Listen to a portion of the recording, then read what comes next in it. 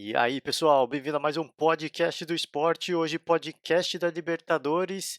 Temos uma semifinal definida, né? O lado dos brasileiros agora, a gente já tem, né, os dois times semifinalistas, o Grêmio, que eu já tinha comentado ontem, e o hoje o não, que eu já tinha comentado no podcast de ontem, né? E ontem a gente teve o jogo entre Internacional e o Flamengo se sagrou aí o classificado finalmente, né? Sai zica do Flamengo.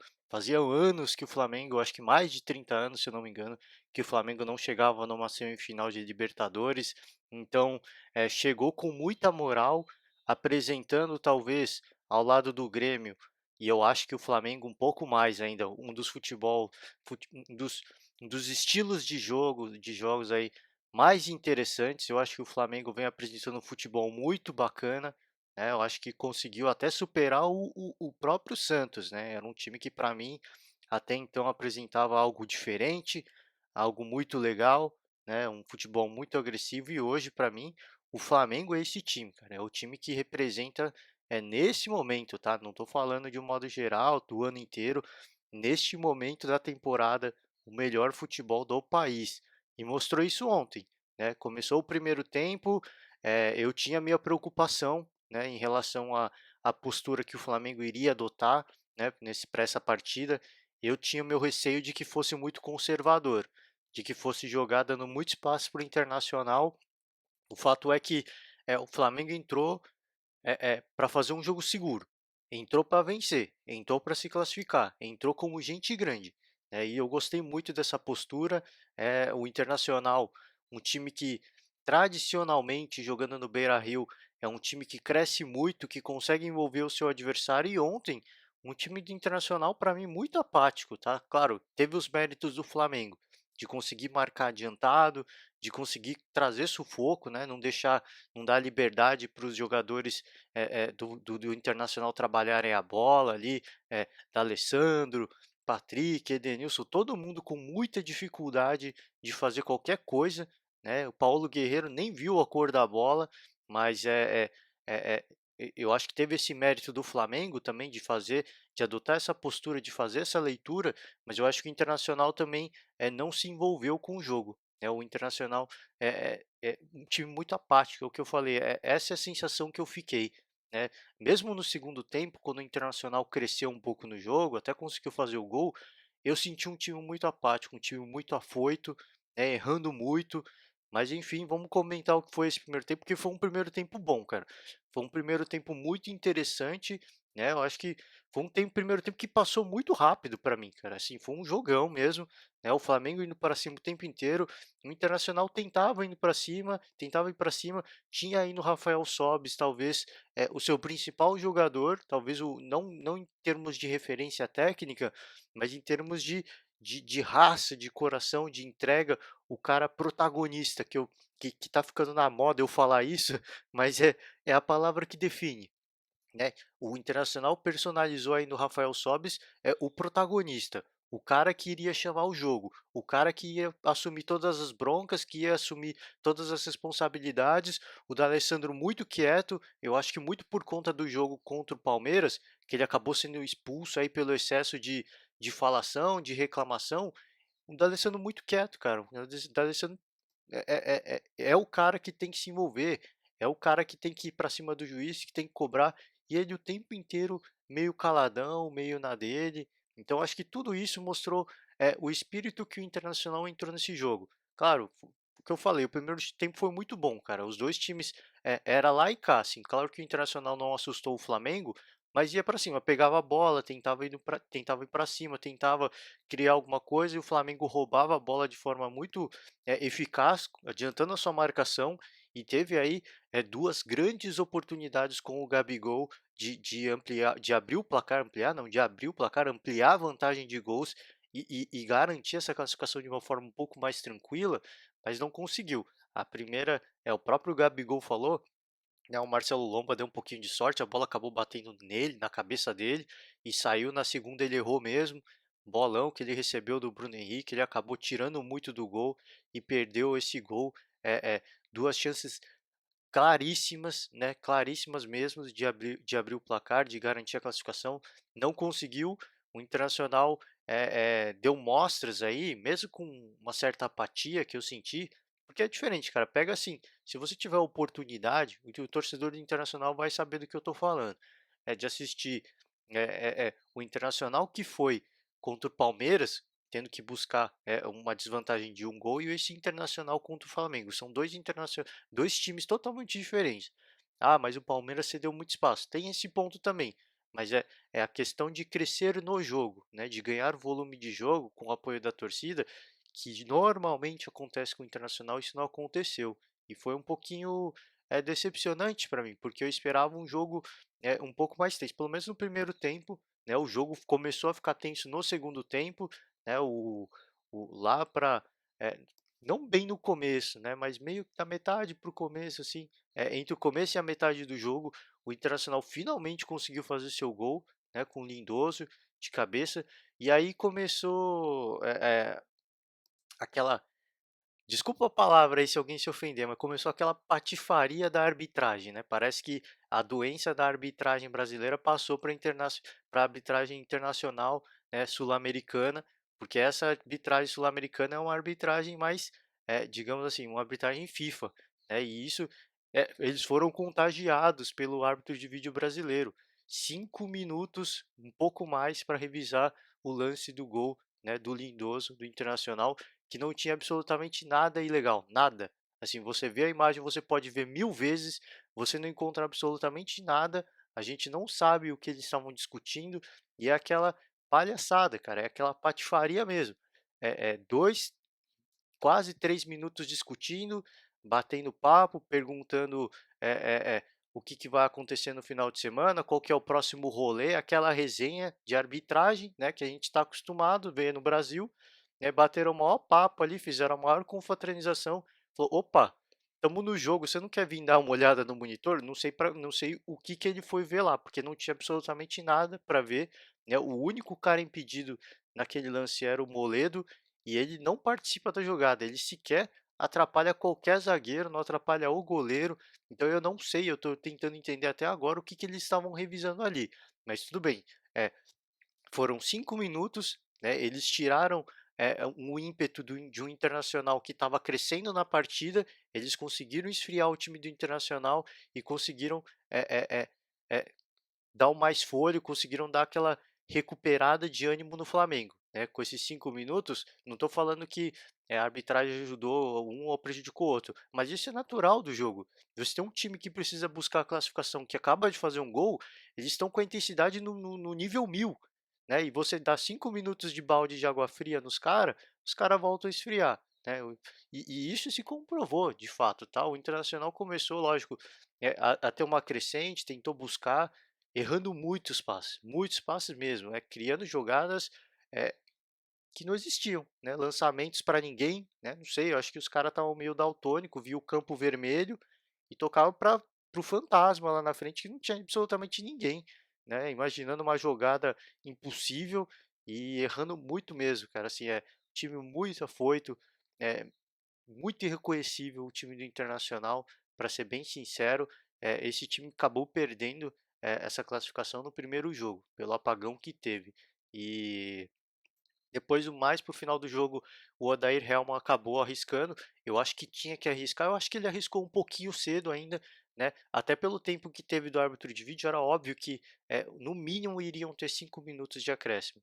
Então eu acho que arriscar do jeito que o Odair arriscou, talvez deixar para os acréscimos mesmo, porque acabou tomando um gol. Ele colocou o Sarrafiore no lugar do Vitor Cuesta, e aí o Sarrafiore foi o cara que acabou perdendo a bola para o Arrascaeta, que gerou o contra-ataque do gol. O Arrascaeta conseguiu um passe para o Bruno Henrique, o Bruno Henrique com muita frieza fez o passe pro Gabigol, que só teve o trabalho de empurrar para a rede, e finalmente fez o gol aí que sacramentou a classificação do Flamengo. Não acho que foi errado, eu acho que o Odair Helman fez o que tinha que fazer, mas eu acho que ele poderia ter esperado um pouco mais, né? E a aposta dele, que era o Sarrafiore, acabou cometendo a gafe, o erro que levou ao gol, né, do Flamengo. Eu acho que assim, você vai colocar o cara, você vai assumir que vai jogar desse jeito, Porra, dá uma chamada nos malucos, desculpa o palavrão, mas dá uma chamada nos cara, né. É, vocês não podem perder a bola ali, porque já tem o Gabigol sempre adiantado, e a defesa estava toda no campo de ataque, né, não vai ter tempo de recuperação. Então não perde uma bola boba dessa, acabou acontecendo, e o Flamengo se sagrou aí, eh, semifinalista da Libertadores, jogando um futebol dos mais interessantes, cara. Primeiro tempo, um futebol muito bacana, muito agressivo. O segundo tempo me preocupou um pouco, lógico, porque o primeiro tempo foi muito intenso, é natural que o time se canse, mas me assustou um pouco, né? Eu falei ontem, o Flamengo não é time para se defender, né? Apesar de ter uma dupla de zaga aí que, que, que se firmou, que vem fazendo grandes atuações aí com o Mari, com Rodrigo Caio, é um time que não foi feito para se defender, não tem a defesa no seu DNA. E eu falei isso também do Grêmio, falei isso ontem até do Galo na Sul-Americana, é um time que não foi feito para isso. A partir do momento que o Flamengo decidiu, vamos nos defender, o Internacional foi lá e fez o gol. Então acho que fica aí um ponto de atenção, cara, porque é, o Grêmio mostrou que consegue furar uma marcação pesada. Claro, foi uma desatenção do Palmeiras, mas mostrou que consegue. Eh, Na final, se de repente chegar na final, vai pegar ou Boca ou River. E se você jogar para se defender contra Boca ou River, você vai perder o jogo, você vai perder essa final, porque a final é em jogo único. Então, é, ficou esse pouco de preocupação, lógico, foi um pouquinho só, não foi o segundo tempo inteiro, mas foi praticamente metade do segundo tempo jogando dessa forma, dando espaço para o adversário, é, é, é, deixando o adversário crescer na partida, deixando o adversário ganhar volume de jogo, e aí acabou sendo surpreendido, acabou tomando um gol de bola parada, e aí por isso que eu falei, o jogo parece que não foi dramático, mas foi, porque naquele momento qualquer lance de sorte do Internacional colocava o Internacional de volta na disputa e eles, obviamente, se fizessem o segundo gol, iam recuar totalmente a defesa do Internacional. O Internacional é um time oposto do Flamengo. O Internacional é um time que se defende muito bem. Então, se toma um gol por acaso ali, sem querer, é, porque a partida meio que deu a impressão de que estava favorável ao Internacional, mesmo o Internacional sem aquele volume de jogo, sem aquela intensidade, né? Porque primeiro tempo o Gabigol me perde dois gols feitos, vai lá, faz um gol de bola parada, tudo parecia se desenhar para uma classificação muito dramática nas penalidades. Acho que tem que destacar o mérito aí dos jogadores do Flamengo, que mais uma vez vai ficar repetitivo falar. São jogadores que estão assumindo as responsabilidades, são jogadores que estão assumindo o seu protagonismo. E eles estão sendo protagonistas, eles estão fazendo a parte deles. Né? O Arrascaeta muito apagado, mas conseguiu aí o lance de contra-ataque que terminou em gol, então não tem nem como criticar o Arrascaeta. É, Everton Ribeiro, cara, talvez para mim o melhor meio-campista do Brasil no momento, cara. É impressionante o que ele consegue fazer, a precisão de passe, a qualidade, a visão de jogada que ele tem, a qualidade de colocar o seu companheiro numa posição muito favorável. O Bruno Henrique e o Gabigol, dois atacantes que estão voando, né? Talvez um dos dois melhores atacantes do Brasil no momento. Então eles têm essa responsabilidade e eles estão chamando essa responsabilidade para eles. Eles estão falando, cara, joga aqui nas minhas costas que eu vou fazer o que precisa fazer, cara. Eu tô aqui para isso, eu vou fazer isso e eu vou fazer muito bem. E eles estão fazendo isso, eles estão fazendo de uma forma muito legal, um futebol muito bacana e se classificam de uma forma muito merecida. Tá? O Internacional, eu acho que foi guerreiro, perdeu essa classificação no primeiro jogo. Você não pode tomar dois gols da forma como o Internacional tomou, sofrendo um apagão geral, tá? Displicência, né? Como eu venho falando do Palmeiras, né? Todo jogo o Palmeiras perde, acaba tomando gols, acaba perdendo a partida, acaba tomando empate por lances bobos, por lances de pura displicência, como foi o segundo gol, por exemplo, do Cebolinha ontem, né? Ontem não, na terça, né? O Luan faz a cobertura, vou proteger aqui para o goleiro pegar, né? E aí quando ele se dá conta, o Everton já está passando do lado dele para pegar a bola, né? Displicência pura, né? Falta aquela malícia, né? Não, é jogo de Libertadores. Você não faz a cobertura. Se tem Se tem um cara rápido que já driblou 3 ali vindo atrás da bola, chuta para a linha de fundo ou chuta para a lateral. Não fica fazendo a proteção para o goleiro pegar, não corre esse risco desnecessário. O Internacional correu esse risco no primeiro jogo contra o Flamengo e aí acabou sendo punido aí. Teve uma parada muito difícil, né, de se reverter. Acho que passou o melhor time, né? Lógico, o Internacional acho que está de parabéns. Né, o trabalho do Odair é um trabalho muito bom. É um trabalho, acho que é, é, é para ser mirado aí como uma das referências hoje no Brasil, um futebol diferente daquilo que propõe o Flamengo, diferente daquilo que propõe o Grêmio, mas é um time que tem muita qualidade. É um time muito seguro e tem no seu Beira-Rio, né, na sua casa, um dos seus principais trunfos, porque é um time que cresce muito lá, mas dessa vez pecou. Né? Eu senti falta de vibração, né, principalmente por parte do D'Alessandro, porque no segundo tempo o Odair vai lá e tira o Rafael Sobis, talvez o seu principal jogador, aí, o cara que estava chamando as responsabilidades. Eu entendo por que ele tirou o Sobis, porque o cara estava pilhado. Ele estava com os olhos esbugalhados, ele estava com sangue nos olhos, já tinha tomado um cartão amarelo, né, então corria um risco muito alto de ser expulso no segundo tempo. Eu entendo, né, essa por que o Odair fez isso, mas ele tirou talvez o único cara da partida que estava buscando, que estava brigando com a arbitragem, brigando com os jogadores do Flamengo, que estava chamando todo mundo para cima, e ele acabou tirando esse cara e o D'Alessandro não supriu essa necessidade. Eu acho que faltou um cara de vibração. É um cara para empurrar o time, para elevar a moral do time. Eu acho que faltou um pouquinho disso do Internacional, mesmo tendo crescido um pouco de volume no segundo tempo. É, faltou inspiração, cara. Faltou vontade, faltou coração. Né? Você sentia que os caras o tempo todo fazendo lançamentos totalmente sem noção para ninguém, né? Ah, fazia um cruzamento da área, o Paulo Guerreiro tava longe, cara, não ia chegar, tava no meio de dois zagueiros, cara, ele não ia pegar aquela bola nunca. Então, assim, faltou um pouco mais de qualidade. Lógico, eu acho que se entregaram naquilo que podia se entregar, mas não estavam no dia bom. Essa é que é a grande verdade. Né? Eu acho que faltou um pouco e talvez se jogasse da forma como jogou contra o Palmeiras, eu acho que o Internacional tinha grande chance sim de buscar dessa classificação, mas eu acho que conseguiu ir até muito longe, né, com o gol que fez aí, porque foi uma partida muito apática, para ser sincero. Eu esperava um pouquinho mais desse Internacional, mas eu acho que fez uma grande campanha. Eu acho que está de parabéns. Segue o Flamengo porque se propôs a apresentar um melhor futebol e se propôs nas duas partidas aí a buscar essa classificação, assim como o Grêmio fez do outro lado. Né? Nos dois jogos foi o time que buscou o tempo inteiro essa classificação. E eu acho que a gente tem uma baita de uma semifinal agora, dois grandes times que vivem grande momento, né? Eu acho que o Flamengo ainda mais porque é o atual líder do Campeonato Brasileiro. Então, que momento para os dois clubes. É claro que é, é, o Grêmio também vive um grande momento porque está praticamente classificado na Copa do Brasil. Então, por isso que eu falei, são dois times que vivem dois grandes momentos, né? O Flamengo na Libertadores no Brasileirão e o Grêmio na Libertadores e na Copa do Brasil. O Internacional fica agora com a Copa do Brasil, não está muito longe dos líderes no Campeonato Brasileiro. Eu acho que o Internacional tem tempo suficiente para se recuperar, para voltar a sonhar com o Brasileirão. Então é um time que também não está por baixo. É um time que está por cima também.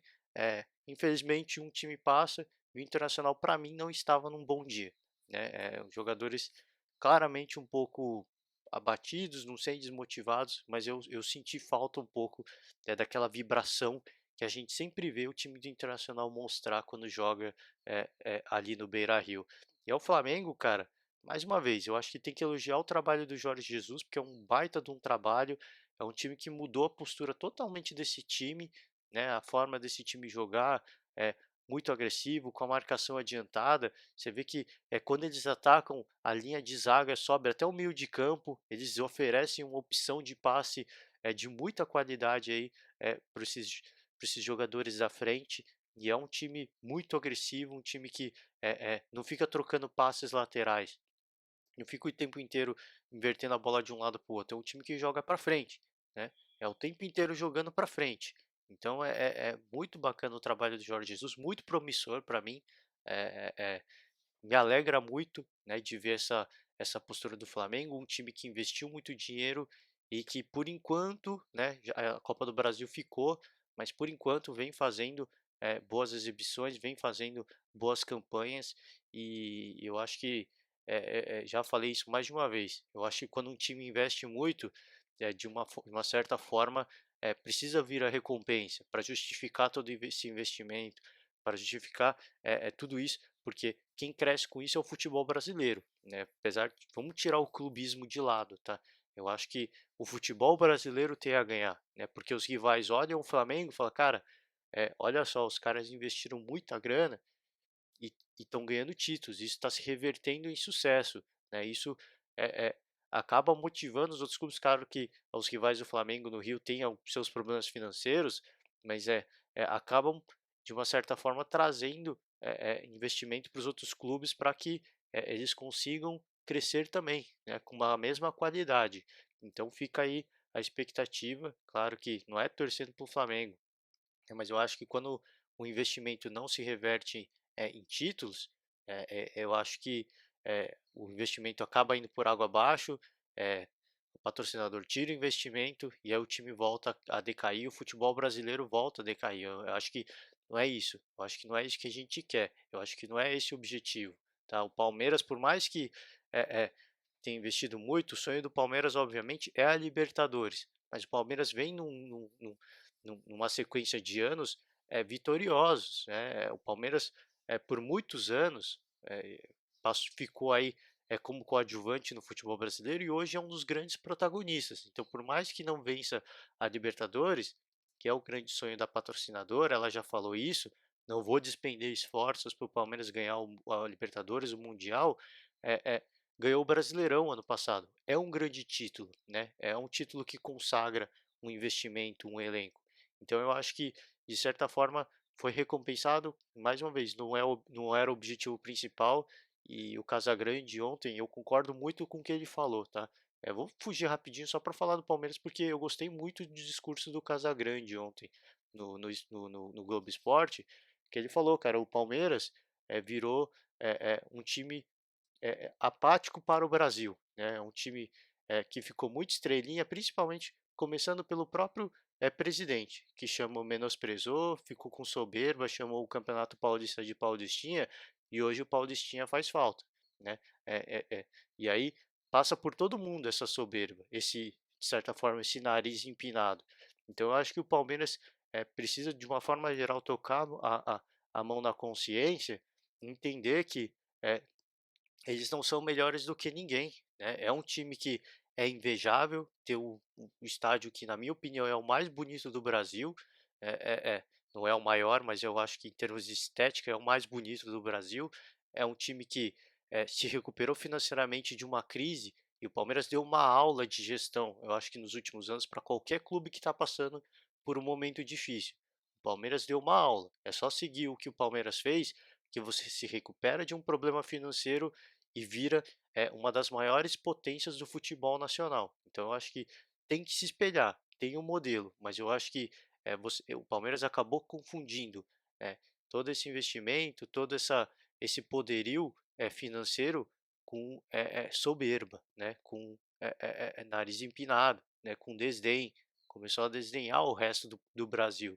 Então não sei se isso de fato que acontece lá dentro, mas essa é a sensação que de fato me passou e eu refleti muito quando o Casagrande falou isso. Para mim, de fato, essa é a sensação que ficou e fica a lamentação, cara, porque é mais um ano que de muito investimento que não se reverteu, que não se concretizou um sonho. Então, espero que continue buscando. Precisa mudar alguma coisa, obviamente, porque é um time que em mata-mata hoje é um time que não assusta mais ninguém. É um time que todo mundo já sabe hoje que o Palmeiras, em determinado ponto, vai sucumbir à pressão. E os seus protagonistas não vão vestir a camisa, não vão assumir as responsabilidades, não vão assumir os seus protagonismos. Eles vão simplesmente desaparecer e vão acabar sendo desclassificados uma hora ou outra em dado momento da competição, tanto se for Libertadores, se for Copa do Brasil, se for Campeonato Paulista.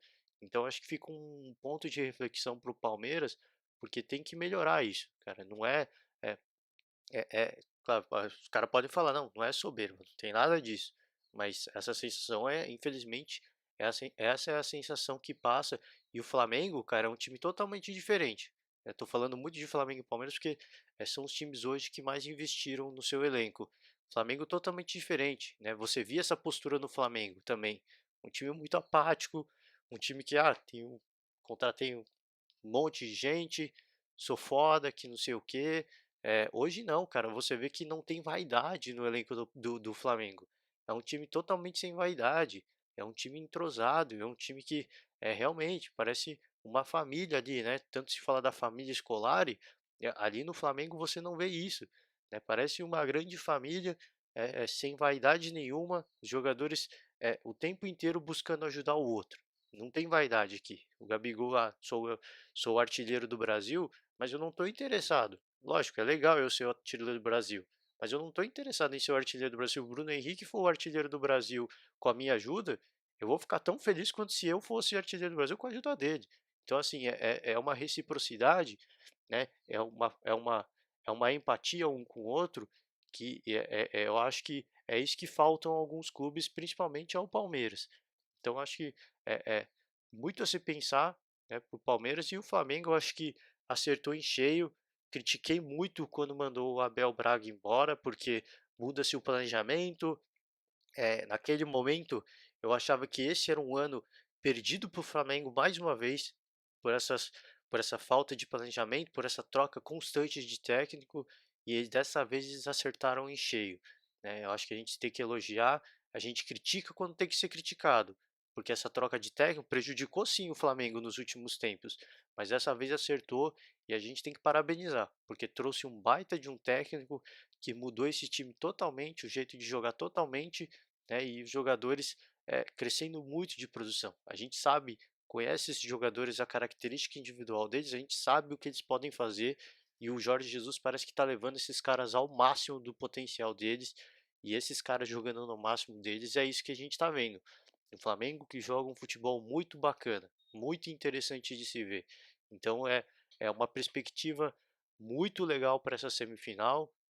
Vou deixar para comentar aí minhas expectativas mais para frente, porque tem tempo, né, até o primeiro jogo entre Grêmio e Flamengo e tem um tempinho aí para acontecer. Então, talvez os times mudem de momento, ou talvez os times continuem, cresçam ainda mais, né, em termos de volume de jogo.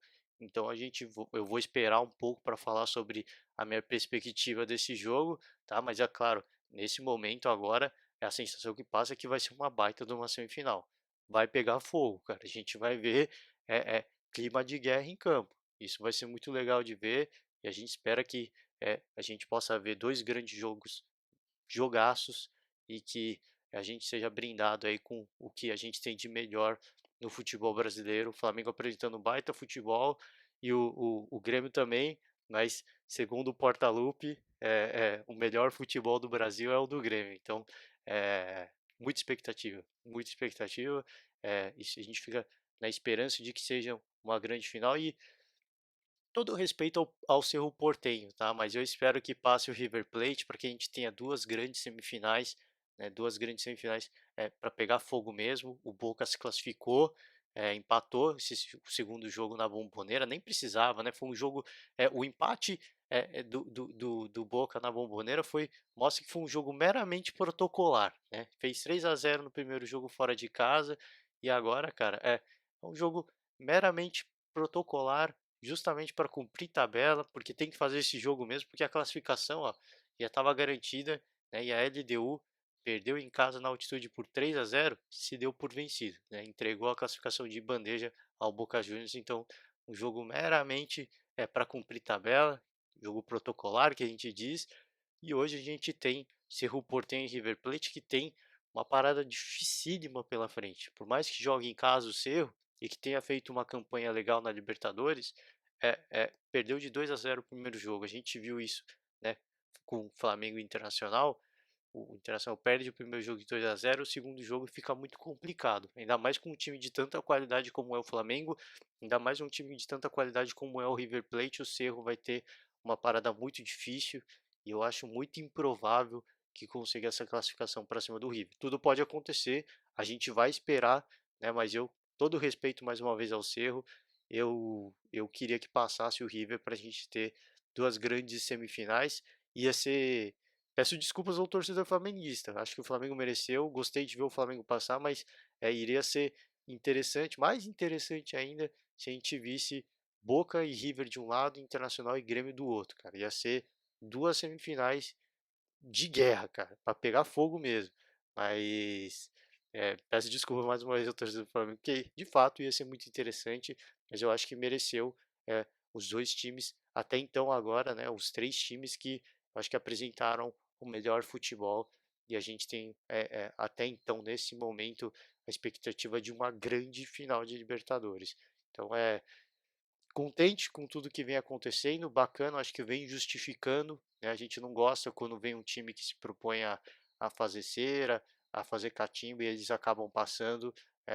Costumam fazer isso, né? Os argentinos, mas os argentinos vêm sobrando em termos de futebol nesse momento. É, Grandes atuações desses times argentinos que crescem muito, né, no mata-mata da Libertadores de fato. E uma coisa curiosa, né?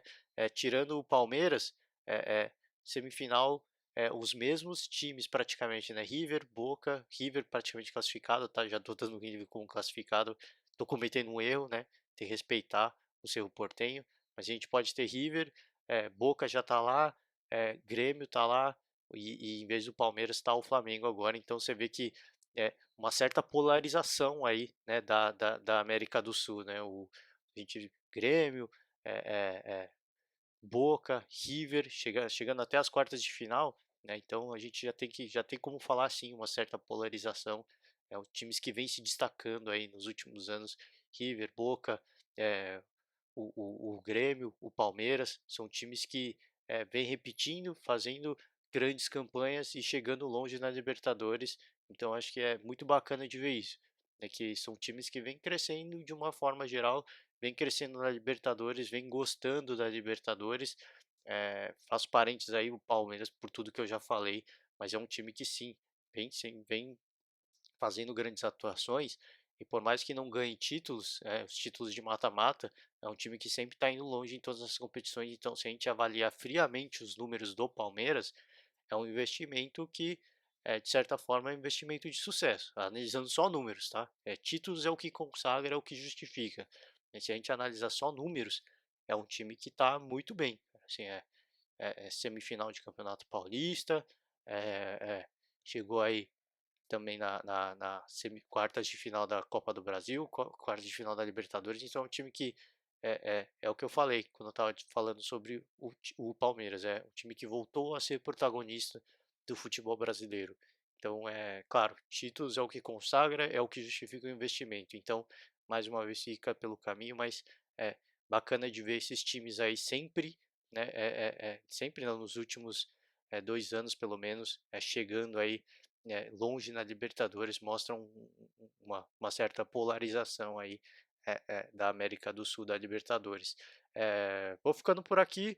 Hoje tem Corinthians, né? Tem Corinthians pela Sul-Americana e amanhã a gente volta para comentar aí essa classificação provável do Corinthians, né, que está muito difícil de falar, tá? Eu digo provável, né, respeitar aí o Fluminense pela fase, né?